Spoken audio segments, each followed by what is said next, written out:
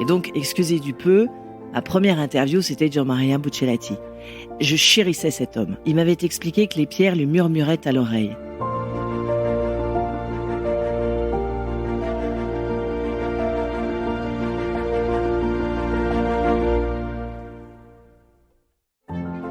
Les femmes de la joaillerie sont passionnées et cultivées, intelligentes et créatives, bosseuses et imaginatives.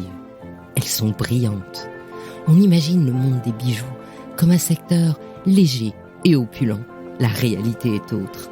C'est un monde qui exige l'excellence dans tous les domaines, un monde de travail acharné, des artisans d'art aux mains de fée aux groupes internationaux, à la puissance supranationale.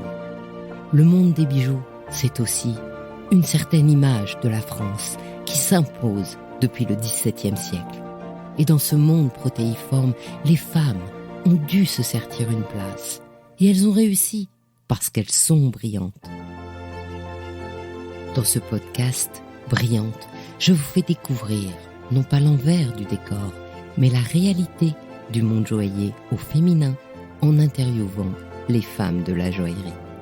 À chaque fois, je leur demande un conseil pour une jeune femme qui serait tentée par ce monde où le scintillement de vitrine cache l'exigence du travail et de l'investissement personnel, pour que la prochaine génération se prépare ainsi à devenir brillante. Aujourd'hui, je suis avec une femme brillante, Gabrielle de Montmorin. Pour moi, c'est la journaliste joaillerie. Alors, bien sûr, vous avez vu sa signature dans Madame Figaro, dans Le Point, dans Air France Magazine. Mais cette année, vous l'avez retrouvée dans Les Échos Week-end, Les Échos Séries Limitées, Gala, Point de Vue, à tel point qu'elle m'a confié qu'elle avait fait pas moins de 120 papiers en 2023. Bonjour Gabrielle. Bonjour. Alors Gabrielle, est-ce que vous pouvez nous confier votre plus joli souvenir de bijoux ? Mon plus joli souvenir de bijoux. Il faut remonter à l'enfance avec ma chère petite maman. Et en fait, c'est plus d'ailleurs une musique. C'est un son. La musique que faisaient les bracelets qu'elle portait à ses poignets quand elle bougeait. Ça faisait une petite musique merveilleuse. Et ensuite, cette élégance, cette allure, grande femme mince, la peau mate, les cheveux noirs en chignon banane impeccable. J'étais, et je le suis toujours, pétrie d'admiration devant cette femme. L'autre souvenir sont les pierres que j'ai toujours adorées. J'avais un grand-père collectionneur de minéraux. Moi, j'ai été élevée avec Roger Caillois. Il nous offrait des améthystes, des turquoises, des agates, etc. Et maman, toujours ma petite maman, avait sur ses mains, très belles mains, ongles parfaitement manucurés, des diamants. Et une très jolie bague, un solitaire, une bague de fiançailles et un très joli toi et moi. Voilà, plus joli, les plus vieux souvenirs. Quand vous dites que vous vous souvenez du bruit des bracelets, ça veut dire que c'était des joncs ? Oui, à l'époque, elle mélangeait plein de choses. Il y avait beaucoup de bracelets en bois, plein de choses qu'elle trouvait, je ne sais où d'ailleurs. Mais essentiellement, oui, absolument, des bracelets rigides. Racontez-nous, comment vous êtes devenue journaliste joaillerie ? Comment un jour on se réveille en disant finalement je vais écrire sur la joaillerie ? Alors, parce qu'un rédacteur en chef, à l'époque j'étais au Point, m'a demandé si je pouvais faire un papier sur Gianmaria Buccellati, enfin sur la maison Buccellati. Donc, moi, toujours très consciencieuse, je me suis dit, ouh là là là là là là. Donc j'ai commencé, j'avais 3 semaines avant de partir à Milan. J'ai potassé comme une furieuse, évidemment pour voir ce que faisait Buccellati, quelle était cette maison, quelle était... Parce que je pars toujours du principe, j'ai tellement de respect pour la personne qui me donne son temps que j'estime que il faut que mes questions illustrent ce respect. Voilà. Je vais pas arriver en disant alors comment va la maison, voilà, c'est tout. Question généraliste comme ça. Et donc je potasse toujours mes interviews énormément et j'adore ça, creuser. Et donc je suis partie à Milan et donc excusez du peu, ma première interview c'était Gianmaria Buccellati. En fait, on s'est retrouvés dans cet amour des pierres. Je chérissais cet homme. Il m'avait expliqué que les pierres lui murmuraient à l'oreille. Et donc, les plateaux arrivaient avec des pierres. Et je me rappelle, je n'avais jamais vu notamment une Paraíba. Et j'avais trouvé ça absolument magique. ces couleurs lagon. Et donc voilà, grâce à Monsieur Buccellati, je suis tombée folle amoureuse de cet homme, parce que tout le monde tombait amoureux de cet homme, tellement il était merveilleusement charismatique et passionnant. Et c'était parti. Et on était en quelle année? On était en 2008, je pense. À peu près, oui.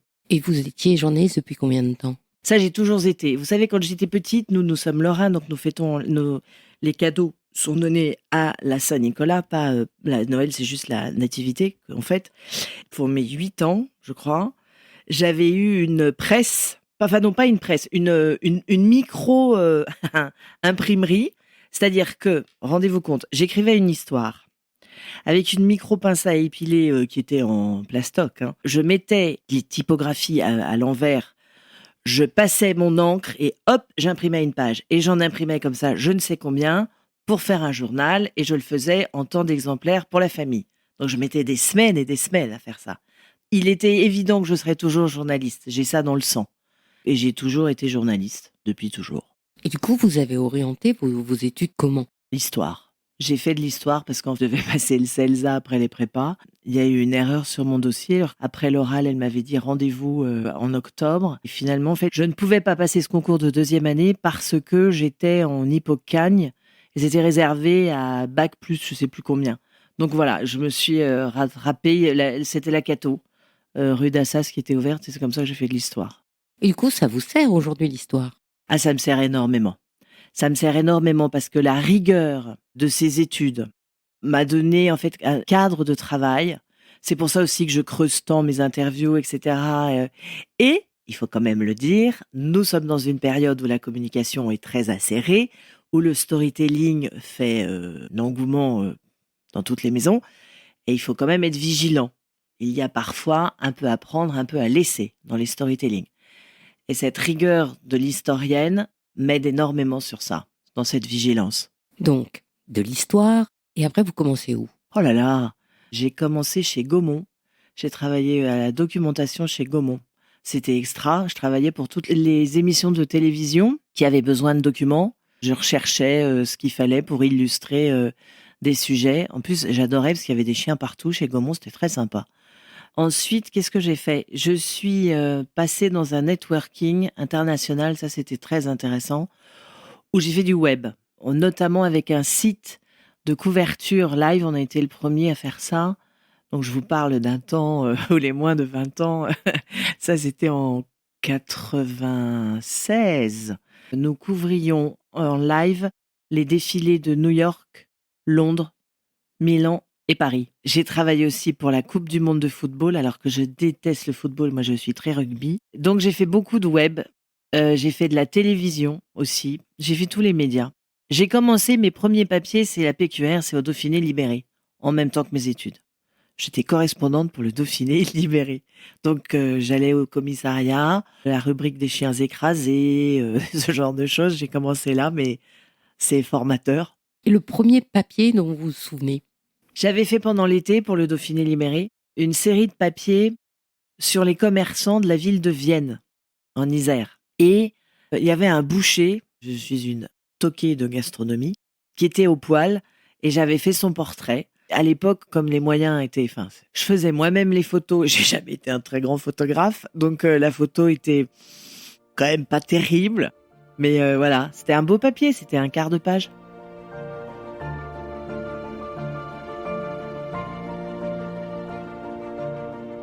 Et donc, voilà, commencez par Buccellati. Et Ouais. après? Après, je me suis vraiment prise au jeu, à tel point que j'ai commencé à vouloir passer mon diplôme de gémologue à l'ING, mais que je n'ai jamais réussi à trouver le temps d'assister aux cours. Rien à faire. Je passe ma vie à acheter des bouquins sur les minéraux, sur l'histoire de la joaillerie. Je suis complètement passionnée par ce domaine. J'ai beaucoup écrit au Point. Et puis le Point, comme c'est le jeu, souvent a arrêté ma pige parce qu'ils avaient embauché des pigistes. Donc ça, j'étais toute contente pour elle. Mais du coup, voilà.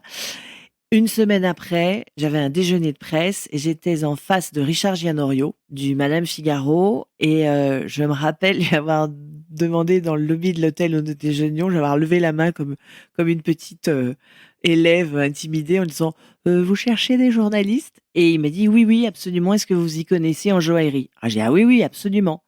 Il m'a dit bon, bah, passez. Et puis, paf, c'était parti pour 9 ans de Madame Figaro. Merveilleux. Des rencontres, des voyages extraordinaires. Des belles pages, des beaux sujets. Oui, beaucoup de fierté et de bonheur. Et puis, le Covid est arrivé. Le Madame Figaro s'est séparé de beaucoup de pigistes. Moi, j'ai été très soutenue par les Échos. Je leur rends grâce. Les Échos séries limitées et les Échos week-end, où j'écris de la joaillerie depuis 8 ans. Ils m'ont vraiment pas laissé tomber, bien au contraire, ils m'ont donné beaucoup, beaucoup de sujets. Puis, en 23, j'avais eu un très joli dîner de haute joaillerie et le plan de table, très intelligemment fait, m'avait mise à côté d'Adèle Bréau, qui est la rédactrice en chef mode, et elle a pris du galon depuis, elle a d'autres rubriques, de Gala. Et comme je savais qu'une journaliste s'était en allée, je lui ai demandé si elle avait besoin d'une plume. Ce qui fait qu'aujourd'hui, c'est très rigolo, ça demande une agilité intellectuelle que je trouve très stimulante et parce que j'écris régulièrement, j'ai la chance d'écrire régulièrement pour 4 titres. C'est-à-dire les Échos week-end, les Échos séries limitées, Gala, point de vue. C'est chouette. Mais c'est pas du tout le même ton. Ah bah non, c'est de toute façon, le journaliste, c'est un intermédiaire entre une personne, une marque et un lecteur. Et bien évidemment, c'est pas du tout le même ton. Un dossier sur le bijou seconde main avec des chiffres, on est dans les Échos week-end, on est dans de l'économie, etc. Évidemment, c'est pas le même ton que les coups de cœur de Gabriel dans le Gala, où j'adore pouvoir mettre en lumière une petite marque qui commence, qui vient de débuter. Et après, je crois que c'est une des choses les plus délicieuses qui soit, c'est d'avoir le petit message ou le petit coup de fil de la créatrice ou du créateur qui vous remercie parce que le jour même de la parution, des clients sont arrivés avec le journal à la main. Et ça, c'est vraiment exquis.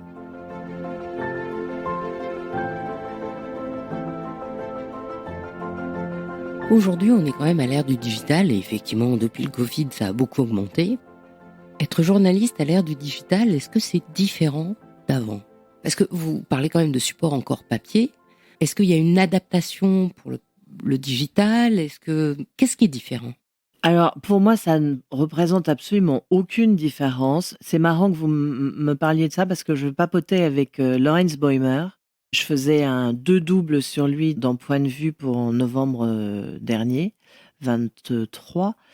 Et Laurence s'est amusée avec ChatGPT à faire c'était pas encore l'intelligence artificielle de Musk, c'était ChatGPT, son portrait. Et en fait, si vous voulez, je trouve que tout ce qui est nouveau fait toujours un peu peur. On se dit ah mon Dieu, ah mon Dieu, ah mon Dieu. Moi, je trouve que c'est un outil qu'il faut savoir l'utiliser. Et c'est ce qu'on se disait avec Laurence, c'est que ça tient la route, mais ça n'aura jamais, et ça ne pourra jamais avoir, ni l'angle, ni le parti pris d'un journaliste. Et donc, je pense que, voilà, moi, je l'ai jamais encore utilisé. En revanche, j'ai un petit neveu, Maurice de Rambuteau, qui est journaliste, ce qui me fait très plaisir, qui a une newsletter qui s'appelle Quant, qui n'est que faite par intelligence artificielle. Et j'aime bien cette démarche, je trouve que c'est très intelligent. Et encore une fois, je ne vois pas de danger. Moi, je crois à la qualité. Donc, je pense qu'il y aura toujours des journalistes, y compris des journalistes papier. Et comme ce que je vous disais tout à l'heure, ayant travaillé sur tous les supports, j'ai fait du web à un point que quand je me suis occupée du site d'elle.fr, donc c'était 1 an de développement de cahier des charges fonctionnels et rédactionnels, pour ne pas me faire trimballer par les programmateurs, les développeurs, les intégrateurs, j'ai appris à coder. Donc, si vous voulez, à l'époque, c'était il y a 24 ans, quand on appelait les bureaux de presse pour avoir les prix, c'est comme si c'était blasphématoire. Parce que c'était pas pensable de mettre un prix sur du web. Bon, les réseaux sociaux, pareil. Moi, je ne suis pas sur les réseaux sociaux. C'est un souhait, parce que je trouve que ma vie n'a aucun intérêt. Enfin, si, je l'adore, mais de la montrer, en tout cas. Je trouve qu'il y a beaucoup de vacuité. En revanche, j'y suis incognito. Et je trouve génial pour ces petites marques de pouvoir comme ça avoir tout ce rayonnement. C'est fascinant. Je trouve que tout est bon à prendre et on s'adapte. De toute façon, par définition, vivre, c'est s'adapter constamment. et journalistiquement parlant, encore plus. En fait, aussi dans ma question, il y avait aussi un côté pratico-pratique du style, quand j'ouvre un magazine, je l'ouvre, j'ai à plat mes 2 pages, il y a un peu de photos, bien sûr, mais j'ai mes 2 pages, elles sont devant moi. Quand je suis devant mon ordinateur, faut que je scrolle. 3/4 du temps, j'aime pas ça. Et donc, la mise en page, elle est différente. Et donc, je me demandais si il fallait donc structurer le papier de façon différente pour qu'il soit accordé, s'il fallait penser à plus de photos, s'il fallait penser à une structure en architecture comme celle des réseaux. Dans votre manière d'écrire, est-ce que quand vous écrivez pour l'un ou pour l'autre, vous pensez les choses différemment? Ah oui, bah évidemment. J'ai écrit pendant 9 ou 10 mois sur le Vogue.fr et qui en plus c'est un lectorat très jeune qui a 20 ans. Évidemment que si vous écrivez pour du web, il faut que ce soit extrêmement incisif. Je ne supporte pas justement ce que vous dites, il faut scroller pendant des kilomètres. Le web, à mon sens, c'est une information extrêmement précise, rapide. Il ne faut pas avoir à naviguer comme un sioux pour aller chercher l'information. C'est très pragmatique. Quand vous êtes dans un dossier de 5 pages, ce que je fais aux Échos Week-end, vous creusez, vous êtes dans de la réflexion, puis vous illustrez avec vos interviews. Donc évidemment que la façon d'écrire est différente, évidemment, oui. Et quand vous êtes sur un portfolio pour les Échos-séries limitées, moi j'aime bien souvent les questions-réponses. Et j'aime bien aussi les interviews croisées. Les interviews croisées, c'est énormément de travail. Parce qu'il faut que, il faut que la mayonnaise prenne, en fait. Mais c'est très vivant. Je pense constamment à quel sera le format. En plus, j'ai la chance de travailler vraiment main dans la main avec les maquettes, les services des maquettes, l'icono. Mais alors, je dis, alors voilà, ce qui m'a donné l'idée de l'article, c'est ça. Donc, ce serait bien, pourquoi pas, d'ouvrir sur ça, si tu es d'accord, évidemment, parce que moi, ce sont des suggestions. Et je vois les sujets se monter et je suis toujours pleine de gratitude pour tous ces services d'icono et de maquettes de mes différents titres qui, en fait, donnent vie à mon papier. Quand je relis, je suis toujours très émue. Et ça fait quand même un paquet de temps que j'écris, hein. Mais j'ai toujours la même émotion et la même reconnaissance pour ces personnes qui ont permis à mon papier d'exister.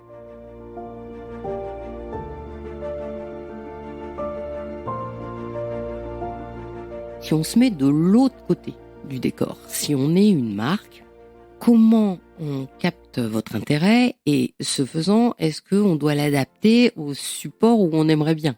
C'est-à-dire, est-ce qu'on vous fait un truc avec photo et petit texte pour le web? Est-ce qu'on fait un grand développement? Et puis quel format? Comment on fait? Bon, les jeunes générations l'utilisent peu, mais moi je suis un dinosaure, comme je le dis souvent. J'aime beaucoup le téléphone. Quand on me dit tu peux m'envoyer un mail pour une demande d'interview, je dis bah écoute, je fais 15 interviews par semaine. Donc si à chaque fois je dois marquer machin, je dis bah non, en fait, voilà, est-ce que un tel peut, ou si je ne sais pas, je dis bah quelle personne serait la plus pertinente, je vais faire ci, je vais faire ça, etc. D'abord, je connais très bien toutes les attachées de presse. Là, en ce moment, on est dans une période qui est très, très excitante. C'est la période où je vais vendre mes sujets à mes rédactrices en chef. Donc, je prends tous mes petits cahiers, toutes mes petites notes, et puis je réfléchis, puis je me dis, ah, ça serait marrant, nanana.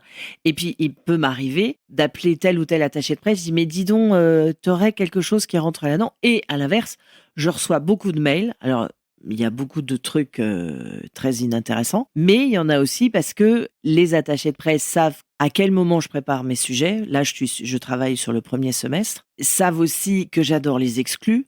Mais ça, tout ça, c'est une question de confiance, en fait. Ça fait tellement longtemps que nous travaillons ensemble. Et elles savent que des trucs tout bêtes. J'aurais potassé mon interview, je serais d'une ponctualité de Lorraine que je suis. Si j'ai demandé 20 minutes, à la 19e minute, je ferai la question de conclusion. Il n'y aura pas de question piège. C'est en fait une confiance réciproque, une estime réciproque. Et puis, j'ai un endroit où j'aime beaucoup travailler, un café. Il y a une femme, c'était juste avant le Covid, vient me voir, me dit, je crois avoir compris, parce que j'y fais pas mal d'interviews, je crois avoir compris que vous étiez journaliste. Donc, à l'époque, j'étais notamment au Madame Figaro.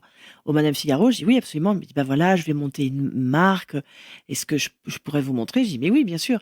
Et en fait, c'est ça mon job, c'est d'être tout le temps ouverte.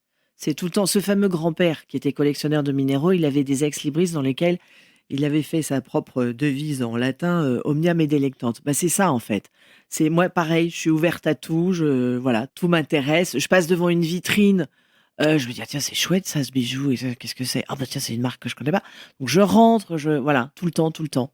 En fait, c'est un cercle vertueux. Donc en fait, si je résume, vous créez vos propres sujets que vous suggérez au rédacteur en chef. Ça veut dire que vous faites des sujets d'ensemble, genre je sais pas, le cœur ou ce genre de choses, donc Ouais. des choses, voilà, de thématiques, voilà. Et par ailleurs, quand on vous parle, il faut susciter votre curiosité. Oui, mais c'est pas très difficile parce que je suis très curieuse par nature. Donc ça, c'est assez simple. Pourquoi est-ce que je parle d'une, maison? Pourquoi je décide, d'en parler? Je pense la première chose quand même, c'est la créativité. Il faut que ce soit créatif, il faut que ce soit original. Ensuite, évidemment, c'est la qualité, il faut qu'il y ait un beau sertissage, des jolies pierres, et ça aussi, c'est ça qui est intéressant au fur et à mesure parce que vous vous faites l'œil. Et ça, c'est Philippe Scordia. C'est George Joaillerie qui je l'ai, suivi à Tucson, la foire de pierre d'Arizona. J'ai eu la chance de faire cette foire avec Philippe qui m'a beaucoup, beaucoup appris les pierres. Plus vous en voyez, vous vous faites l'œil, en fait. Et puis en plus, moi, ça m'amuse de reconnaître. Je me dis: «Tiens, qu'est-ce que c'est que ça, J'adore, le choix qu'a fait, Sabina Bielli, la présidente de Pomellato. Elle a pris des pierres dures pour faire une collection autour, du scarabée. Ce sont des bagues qui prennent pratiquement, une phalange et alors il y a des pierres incroyables, des rhodochrosites qui sont un peu on les appelle rosinca, il y a des zoïsites. La zoïsite, c'est une variété de tanzanite qui a un vert profond et j'ai trouvé ça génial. Donc j'appelle une de mes rédactrices en chef, en l'occurrence Frédéric Dedet, que j'adore aux Séries Limitées. J'ai dit: «Oh, mais c'est absolument génial ce que tu fais pour le bateau». Elle me dit: «OK, une page» et cloc. Et j'ai fait ça en décembre dernier, 23.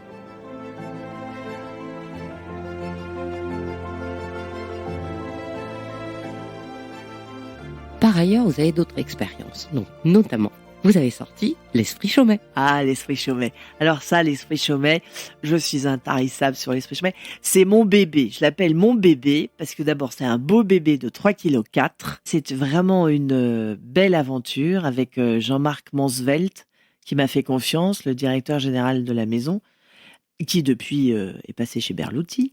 Et les équipes contenu avec Isabelle Villegrain, Hélène Hiver et le patrimoine avec mon cher Michael Lepage. J'ai eu la chance de travailler avec un éditeur anglais, Thames Hudson, avec Adélia Sabatini, donc des équipes incroyables, un niveau d'exigence. Quand vous voyez le niveau de photos, ils font eux-mêmes leurs photogravures. Enfin, c'est vraiment du très, très, très, très haut de gamme. En fait, souvent, les livres joailliers sont rasoirs parce que sous prétexte que vous parlez de choses superbes et qui valent fort cher, bah vous en mettez des tonnes. Des adjectifs, ça dégouline, etc., etc. Et c'est exactement ce que ne voulait pas Jean-Marc Mansvelt. Et donc, comme il est traduit en 8 langues, avec des caractères compliqués, le coréen, le japonais, l'arabe, le chinois, etc., j'en passe, on ne pouvait pas faire un AZ. D'où l'idée, comme la maison est installée au 12 Vendôme, de faire 12 adjectifs qui la définissent. C'est-à-dire qu'elle est parisienne, elle est audacieuse, elle est cosmopolite, etc., etc. Et en fait, ces 12 chapitres sont indépendants les uns des autres. Ce qui fait que j'aime bien cette comparaison. Ce livre, c'est un peu comme une boîte à bijoux. C'est-à-dire, vous farfouillez dans votre boîte à bijoux parce que vous voulez mettre vos boucles d'oreilles turquoise. Et puis en fait, vous tombez sur totalement autre chose que vous mettez. Donc c'est exactement ça. Ce livre, il peut se picorer. Il y a des passerelles dans tous les sens. La maison Chaumet est tellement multifacette, tellement riche, tellement foisonnante que du coup, en fait, ça a été d'une fluidité, d'une évidence. Le chemin de fer s'est fait tout seul. Enfin, tout s'est fait tout seul, en fait. Et l'écriture de janvier j'ai rendu mon manuscrit fin août 2022. Et il est sorti la fin 23, le temps des traductions et de tout le travail iconographique incroyable et des légendes, etc. Ce qui fait quand même 480 pages. Ce qui était délicieux, c'est que c'était très fluide. Autour de cette table, il y avait tellement de talent, encore une fois, que ce soit l'éditeur, que ce soit les équipes de Chaumet.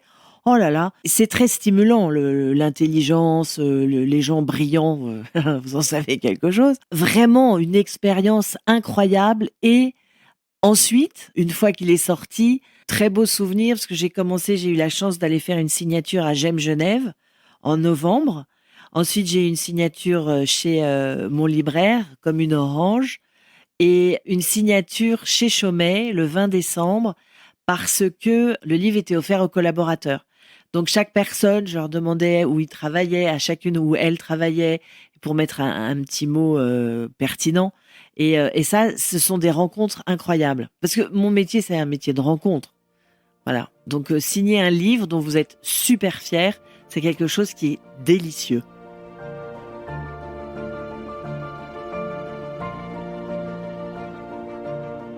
Comment vous écrivez? C'est-à-dire, Est-ce que vous avez une cérémonie pour vous mettre à écrire? c'est marrant parce qu'il y a quelques années, une cousine m'a demandé d'aller parler à des classes. Ils étaient petits, je sais plus ce que c'était comme classe du métier de journaliste. J'étais très intimidée d'ailleurs d'être devant tous ces petits bonshommes et petites bonnes femmes. Je leur disais que mon métier était assez proche de la façon dont eux travaillent. Donc moi, je suis ultra scolaire. Fin août, début septembre, j'adore la rentrée. Je vais m'acheter mes nouveaux cahiers, mes nouveaux stylos, avec une grande prédilection pour le rose. J'adore le rose. C'était mon surnom chez Hachette, c'est Pinky Lady. C'est très scolaire ma façon de travailler, c'est-à-dire que j'écris beaucoup, je prends toujours des notes, je prépare mes plans, pareil, écrit. Je prépare toujours mes interviews par écrit et ensuite je vais taper mes questions. Après mes textes aussi, je les tape. Mais j'écris beaucoup. Je pense être une des dernières dans les conférences de presse à avoir un cahier, un bloc et un stylo. En fait, je suis très interpellée quand vous dites structure, parce que moi, je conçois tout d'une façon structurelle aussi. Donc, chez vous, c'est peut-être l'influence de Cagne. Mais je pense que si la structure ne convient pas, bah ça s'écroule. Absolument, il faut un plan parce que sinon c'est bancal. Et surtout, la chose la plus importante, il faut que ce soit fluide. On voit un texte, des blocs pris par-ci, par-là, etc. Ça se voit tout de suite, ça se sent tout de suite. Et en fait, j'ai une cousine d'ailleurs qui a écrit des bouquins sur les intelligences multiples, c'est extrêmement intéressant, qui m'a expliqué que on a souvent besoin de bouger pour réfléchir. Et tous mes textes, systématiquement, je les imprime et je les relis et je les relis en marchant. En fait, je ne m'en rendais même pas compte. Donc, quand on dit à un enfant, tiens-toi tranquille et fais tes devoirs, eh ben, en fait, ça peut être très compliqué parce que le mouvement aide la réflexion. Et maintenant, si on parlait de Luxury Attitude, À l'époque, j'étais au Point et Éric Perret aimait bien ce que je faisais au Point et donc m'a appelé parce qu'ils avaient besoin d'écrire un bouquin qui était vraiment une prolongation de ce qu'ils proposaient pendant leur séminaire. Bon, bah déjà, j'ai été flattée, c'est toujours flatteur hein, quand on vient vous chercher. Il m'a expliqué leur concept que je trouvais extrêmement intelligent, à savoir décliner le service d'un palace dans toute entité qui se veut luxueuse. Et pour être bien certaine, je lui ai demandé si je pouvais assister à un ou deux de leurs séminaires. Donc, je suis partie chez Caudalie à Bordeaux. C'était bluffant. Et j'ai assisté à 2 jours de séminaire avec les équipes de Le Nôtre. Ça a été passionnant, ce travail. J'ai fait plus de 80 interviews. C'était comment on décline le service dans le luxe. Donc, le bouquin est sorti en 2008. J'ai une petite nièce qui fait une école hôtelière qui m'a dit qu'il l'étudiait. Alors, ça m'a, je sais pas combienième édition, j'ai trouvé ça rigolo. Je pense que ça pourrait être intéressant de faire la suite parce que quand je vois l'évolution, le niveau d'incivilité, mais je pense quand même que la joaillerie est encore préservée. Enfin, du moins, je l'espère.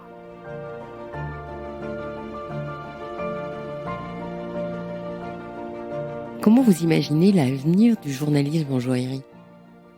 Que ce soit avec l'IA ou autre, simplement, on peut remarquer qu'il y a quand même de moins en moins de médias entièrement dédiés à la joaillerie, du moins en France. Il y en a un peu plus ailleurs. Comment vous imaginez ça?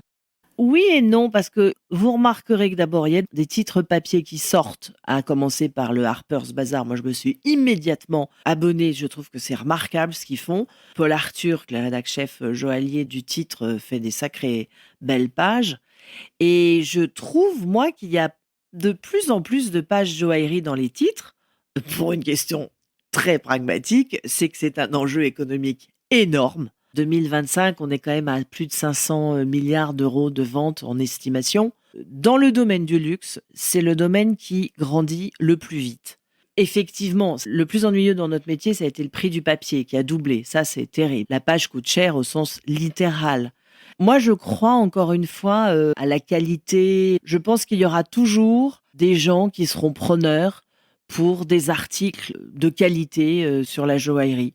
Je suis pas plus inquiète que ça. Ça fait quand même pas mal de temps que j'entends que c'est fini la presse papier. Bon, bah voilà, on attaque 2024 et puis bon, on souhaite une belle année 2024. Oui, mais c'est parce que moi, comme j'aime la joaillerie aussi, j'aurais voulu plein de titres exclusivement dédiés à la joaillerie. Je vous rejoins. Aujourd'hui, fabriquer un journal avec le prix du papier, c'est cher. Et le distribuer, c'est un enfer. Mais un enfer. Parlez-en à Adélaïde de Clermont-Tonnerre, tout ce qu'elle a vécu en plein Covid. Ils ont failli faire couler le titre. On est quand même dans une époque de frilosité, mais cette époque qui est un peu instable, etc., vous remarquerez que c'est lié. C'est le corollaire, c'est que la joaillerie se porte bien parce que ça a toujours été un investissement. Et d'ailleurs, la rubrique qu'on a lancée dans les éco-weekends avant l'été qui s'appelle Matières premières, parce que je m'étais rendu compte que les gens n'y connaissent pas grand-chose aux pierres. Donc c'est vraiment l'idée de j'identifie telle pierre dans une collection, on en parle, d'où elle vient, soit j'interviewe le mineur, soit j'interviewe le gémologue qui l'a acheté. On n'est pas du tout dans du stylistique, dans de la création, on est dans la pure gémologie. Et après, une petite interview avec Violaine Dastorg, que vous avez interviewée, qui dirige brillamment le département joaillier de Christie's, et qui nous explique pourquoi cette pierre est un bon investissement, etc. Je ferme la parenthèse. Les périodes comme ça de troubles, ou des guerres, etc., rien de tel que de s'acheter des bijoux. Parce que, ce qui est atroce, mais si vous devez partir, vous pouvez coudre vos pierres dans un ourlet d'une veste, d'un manteau ou que sais-je, c'est quand même très lié. Très lié.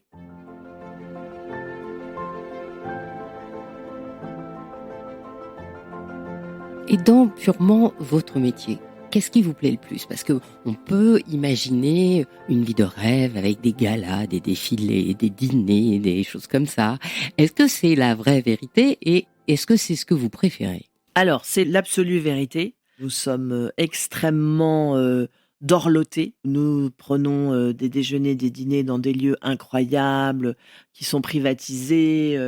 Oui, c'est l'absolue vérité. Parce que nous sommes traités comme les clientes. C'est quand même une grande chance. Ça dépend des maisons. Dans certaines maisons, pour les voyages de presse, les clientes sont là et parfois je peux aller discuter avec l'une ou l'autre. Alors, de manière générale, pour des questions de sécurité et de confidentialité, les clientes n'aiment pas les journalistes, ce que je comprends. Mais on peut quand même, avec le sourire et beaucoup de respect, et en y mettant les formes, aller discuter avec elles. C'est effectivement très agréable. C'est difficile de faire une hiérarchie parce que j'aime autant la période où je suis à la maison avec mes bouquins, les lookbooks, en train de préparer une interview. J'adore partir à la rencontre des artisans dans une manufacture. Là, je rentre d'Italie. J'ai discuté avec un sertisseur qui m'a appris des sertissages extra.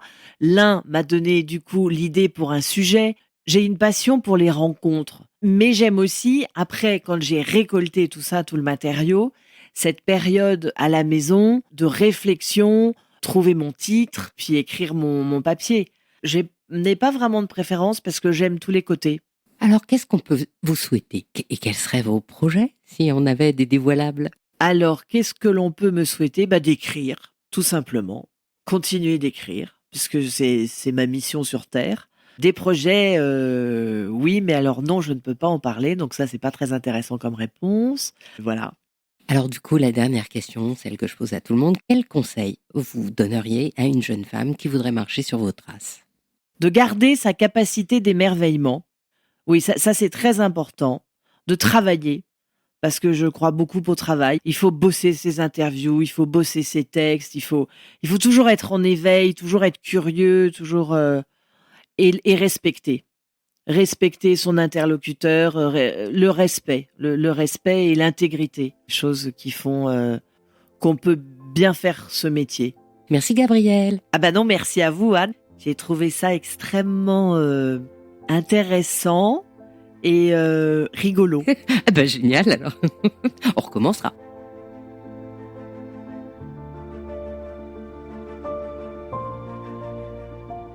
Merci d'avoir écouté Brillante. Je suis Anne Desmarais de Jotan et je donne une voix aux bijoux chaque dimanche. Et si vous aussi vous avez envie de faire parler vos bijoux et votre maison, je serai ravie de vous accompagner pour réaliser votre podcast de marque ou vous accueillir en partenaire dans mes podcasts natifs. Je vous donne rendez-vous le mois prochain sur ce podcast Brillante et en attendant, sur le podcast Le bijou comme un bisou en alternance avec le podcast Il était une fois le bijou. Faites-moi plaisir, soutenez le podcast en mettant des avis, des étoiles sur Spotify ou Apple Podcast. Abonnez-vous et partagez l'épisode sur vos réseaux sociaux. À dimanche prochain et soyez brillantes.